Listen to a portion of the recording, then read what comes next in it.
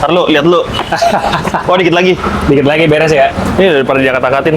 Ini ceritanya kenapa kayak gini. Tuh lihat dong. Tuh bolong tuh. Kalau hujan, itu air dari busway turunnya langsung ke kolam. Makanya itu dibikin Oh, makanya ini pakai atap full ya? pakai atap full. Terus awalnya ini kan kolam cuma segini doang nih. Nggak pakai ini. Nggak pakai roster. Nah, itu dia. Kenapa nggak dibuat? Biarin aja orang biar gampang lihat gitu dari samping. Resiko, bos. Awalnya kan nggak pakai roster. Awalnya nggak pakai roster, gue bikin ngeplong gitu doang karena konsepnya estetik pond. Estetik pond, nggak pakai cor, pakainya geomembran. Ikannya ikan so-so lah, ikan pasar ya kan. Udah masuk koi, teng Pikiran. langsung. Nggak, pertamanya semi profesional, pakai cor, nggak pakai ini. Ikan masih tetap meat, ikannya main di meat. Langsung beli ikan kontes, tutup rapet. Apalagi bablas kan sekarang. Iya. Ada beli-beli yang Belinya langsung galugalan kan sekarang. galugalan. Alasannya kenapa main kue? Alasan main koi Iya. karena marketing. Itu langsung to the point. Ya kan awalnya kan mainnya biasanya predator, ikan-ikan. Enggak, karena emang lu kalau di dunia air tawar, ya lu sampai di titik koi itu udah sampai di puncak piramid sih. Wow, berarti Itu realita, coy. Iya. Itu realita. Lu kalau di air tawar, ya lu pertama dari akuarium dulu. Di puncak piramidnya ada koi, bawahnya itu ada arwana itu bisa ada koki. oh, berarti king-nya semuanya koi ya. Dan gua Niko juga pengennya sih, cita-cita dia tuh mainnya di koi karena dia dulu main koi. Oh, memang main koi sebelumnya. Dulu dia main koi. Oh, Niko ya. Udah berarti, Mas? Lu mau bahas dari luar apa dari dalam? Dalam aja ya, biar view-nya lebih bagus. Nggak opening dari luar, nggak usah. Nggak usah.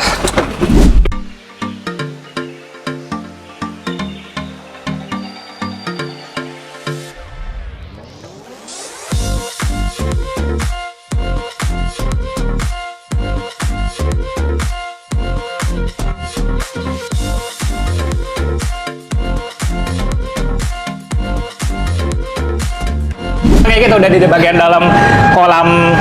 Gua bilang sih ini adalah benar-benar pure 5.0 sih, ini canggih banget sih sumpah. Iya, bukan sebenarnya arahnya bukan canggih, Bang. Perlu ada belambir lewat. Canggih banget sih enggak, ya kan? Kalau canggih banget ini sampai parameter air kita masih belum bisa baca. Oke. Ya kan, parameter air kalau mau canggih kan lu automation semua nih, bisa langsung lu lihat nih ya kan, dikontrol nih belum sampai titik itu. Cuman tapi kenapa dibikin konsepnya kayak gini? Yang pertama karena ini di toko. Oke. Toko tutup operasional jam 7 malam nih, ya kan? Oh iya, benar. Ya kan? Oh iya, nggak ada orang di sini. Iya, nggak ada orang di sini. Lu sampai kenapa-napa di kolam, nggak ada yang tahu nih, ya kan? Ikan-ikannya juga Iya. 100 ribuan ya di sini ya. Karena lu malam-malam tiba-tiba hujan, selesai udah, ya kan? Makanya emang dibikinnya semua overspec sih. Kita bikin overspec biar ada apa-apa tuh, biar masih bisa di cover. Kayak misalnya nih media filter juga nanti kita overspec semua. Ini 2 chamber nanti full pakai Neo Media sama Marine Pure. Ini masih Ini 2 chamber. Ya, terus habis itu kita pakai RDF juga. RDF. Ya, RDF. Nah, jadi emang bener-bener kalau kita bikin sesederhana mungkin orang untuk merawat, karena karyawan-karyawan di sini, tim-tim yang Java di sini juga belum tentu juga paham untuk paham untuk di koi. Kita harus masih banyak belajar lah. Cuman tapi paling nggak kita dengan metode gini kita meminimalisir resiko. Siap. Jadi ini sebagian untuk maintenance-nya bisa lebih mudah aja gitu. Ya betul, RDF sih salah satunya sih. Jadi kan RDF kita nih konsepnya itu berbeda sama RDF yang ada di pasaran untuk sekarang. RDF yang kalau di pasaran sekarang kan dia mainnya sistemnya berapa menit sekali, berapa jam sekali dia backwash. Nah, itu dia, saya nonton kemarin YouTube yang dibuat sama Niko. Ya, namanya. Ya.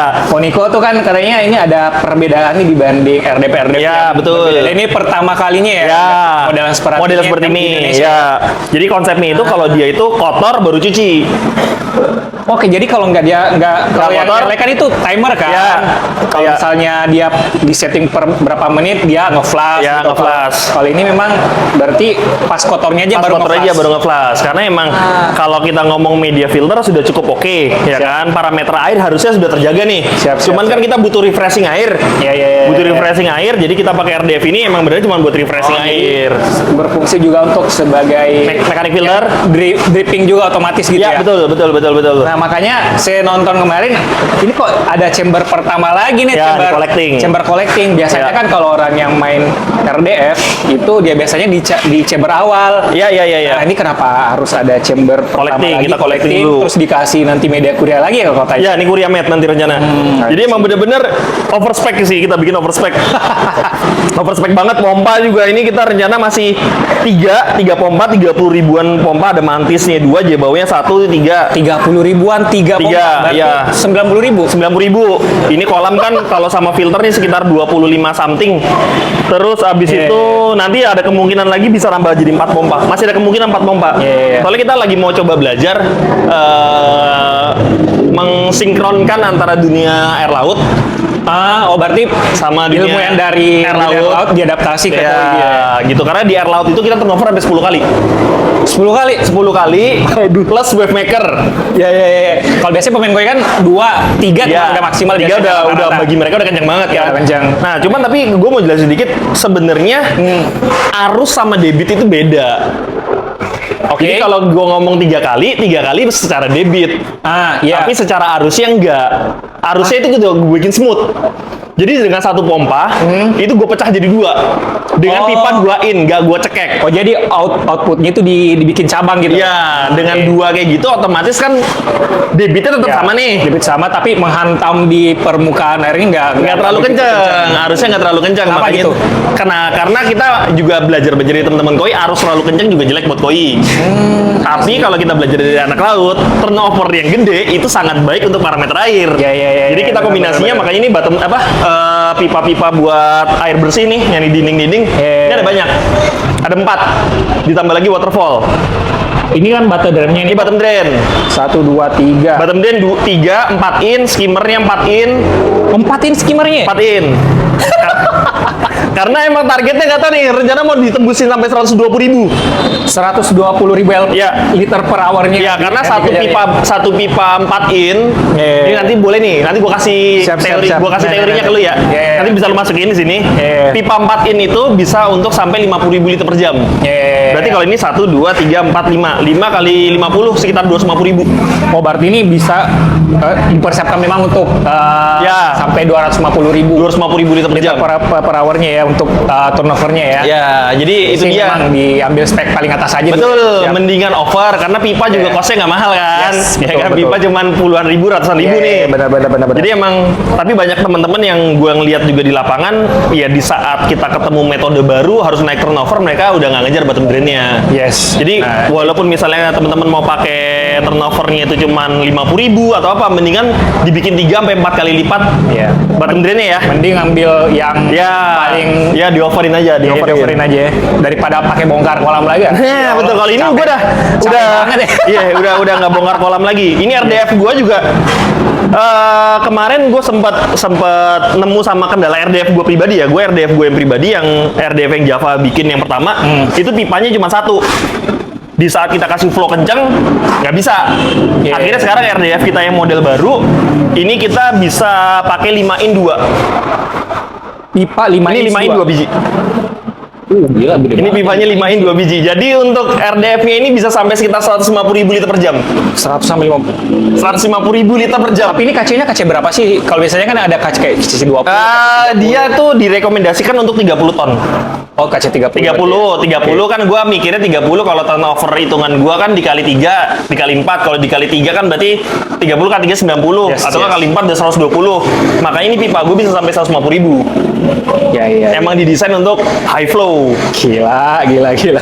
Emang ya. Soalnya sih di anak air laut, gue juga baru belajar di air laut kan, Iya. mereka semua cek parameter ya, nggak cuma visual ya. Yes. Dia tiap minggu dia baca parameter semua dan parameternya selalu oke. Nggak pernah ada trouble.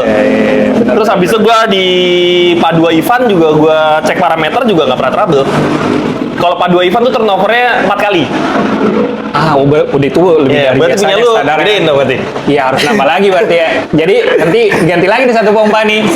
Tambah lagi lu 1 pompa lagi kan. Tapi bottom drain masih kuat kan? Masih kuat. Itu button brand itu hitung-hitung kemarin tuh bisa sampai lebih dari 3 kali sih. Oke, kalau bottom drain masih kuat tambah lagi. Ya. Cuman itu dia nanti kalau lu nggak mau arusnya kencang, ya di cabangnya jadi 2, cabang jadi 3. Nanti kan dia Iya. arusnya pelan tapi debitnya tetap tercapai. Siap. Ya udah Nah. dipertimbangkan lah sambil nabung. Nanti beli pompa baru. Soalnya ini dulu ya semenjak gua main koi, mungkin gua bareng sama Pak Dua Ivan 2014 ya. 2014 gua bareng sama Pak Dua Ivan. Itu yang pertama kali coba dia turnover gede. Hasilnya oke. Ya gua nggak berani ngomong seperti sekarang ini karena dulu cuma Pak Dua Ivan doang yang coba. Ya. Terus terakhir Bali Nippon. Bali Nippon coba turnover kenceng. Hasilnya oke. Yang paling ekstrim kemarin di tempatnya Hendry Solaris. Yes. Itu gue bikin juga 3 kali turnover. Dia itu dari ukuran 20 cm sampai ke 32 cm. Itu cuma butuh waktu 1 bulan. 12 cm. Cukup berpengaruh ternyata ya turnover. Turnover yang ngaruh. Iya. Jadi nggak kalau kemarin kan kita tuh hanya bahas media filter, squatnya seperti apa, mekanis, biologis, pemberian pakan, ternyata turnover pun sangat berpengaruh juga ya. Kalau yang setelah gue pelajarin, dan bisa gue simpulkan ternyata filter itu nggak bisa lu potong. Maksudnya dipotong, pembahasannya nggak bisa dipotong. Kalau ngomong filter yang bagus, lu nggak cuma media filter. Turnover juga penting. Terus abis itu tata arus juga penting. Nah, tata arusnya juga penting karena kenapa tata arus gue bilang penting karena kalau lu tata arus lu nggak bener, dead spotnya banyak. Yes, betul. Kan?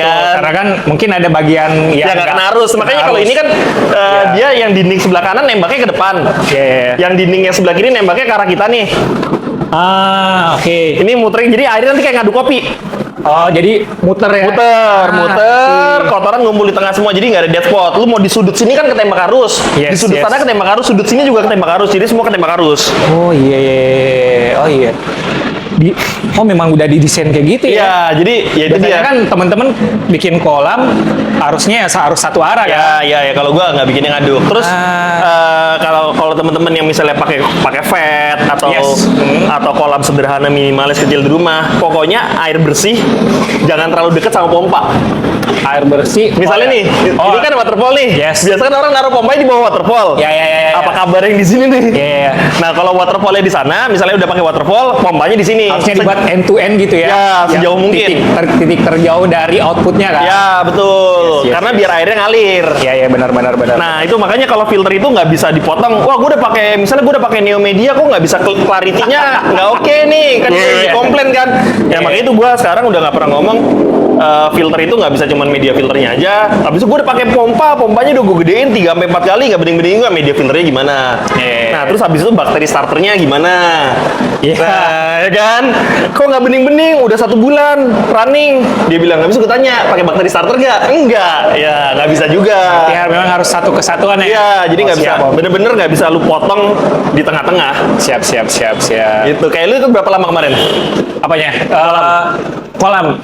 Kalau kemarin kan saya biarin natural aja gitu tanpa ini segala macam. Saya sih nggak ngukur kapan mature-nya kapan ini. Dan memang ikannya mungkin karena sedikit juga, jadi pas ngecek parameternya itu pas udah ada ikannya, yang 2 ekor itu dan hasilnya sih. Iya, sebenarnya kalau 2 ekor nggak bisa jadi acuan. Kita nggak bisa jadi acuan komparasi untuk acuan bahwa ini mature atau enggak juga sebenarnya. Ikannya cuma 2. Ya 2 ekor. Sekarang pun ada 4 ekor. Jadi saya masih belum berbicara banyak juga sih sebenarnya. Tapi sama lagi sama kalau lu mau nentuin, ya gue suka sih sama konten lu juga. Lu mau nentuin filter lu udah oke, kolam lu udah oke, ya tes. Ya kan? Daripada ngomong ngalur ngidul, udah lu tes aja dah. Tes dulu, nanti hasil tesnya apa baru kita ngobrol. Betul. Sama gue ada lagi yang mungkin jarang banget. Ini kita nanti top up-nya pakai RO. Gimana? RO. Oh, jadi ini pipa 2 nih RO nih. Anjir. Ini 1 RO, 1 PDAM. Ini siapin 2 nih. Ini 1 RO, 1 PDAM. Oh, jadi PDAM-nya nggak dipakai lagi? Jadi bener-bener pure pakai... Ya, kalau gue backup aja kalau RO gue trouble. Bermasalah. Ya, top up-nya pakai PDAM. Oh, jadi memang di-prepare. Wah, gila sih kalau RO. Nah, itu biaya berapa? RO kayaknya bahasan RO harus part 2 itu bisa panjang gitu. Iya, bisa RO. Iya, benar-benar. Nih, kita bahas yang general. General dulu aja ya. Karena ini kan juga masih proses pengerjaan juga. jadi kita tanya aja yang rencana-rencana apa Ya, aja gitu. Nanti ini- untuk lebih detail, nanti dibuat partnya biar kita bisa ulik jauh lebih dalam lagi. Nanti kalau udah running. Siap. Jadi udah RO Ya. apa lagi ya gue ini? Karena nanti RDF ini kayaknya memang masih panjang di pembahasan. Nanti Ya, kita ya. bahas khusus nanti untuk RDF. Kalau udah running baru kelihatan sih. Dan ini memang karena RDF-nya memang khusus, jadi memang saya butuh pembahasan lebih detail khusus Siap. RDF aja.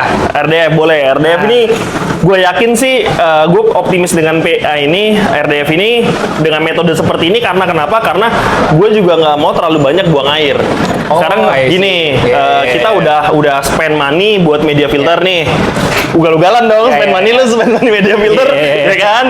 Motor satu mah ada kan, ya kan? Lebih. Ya kan?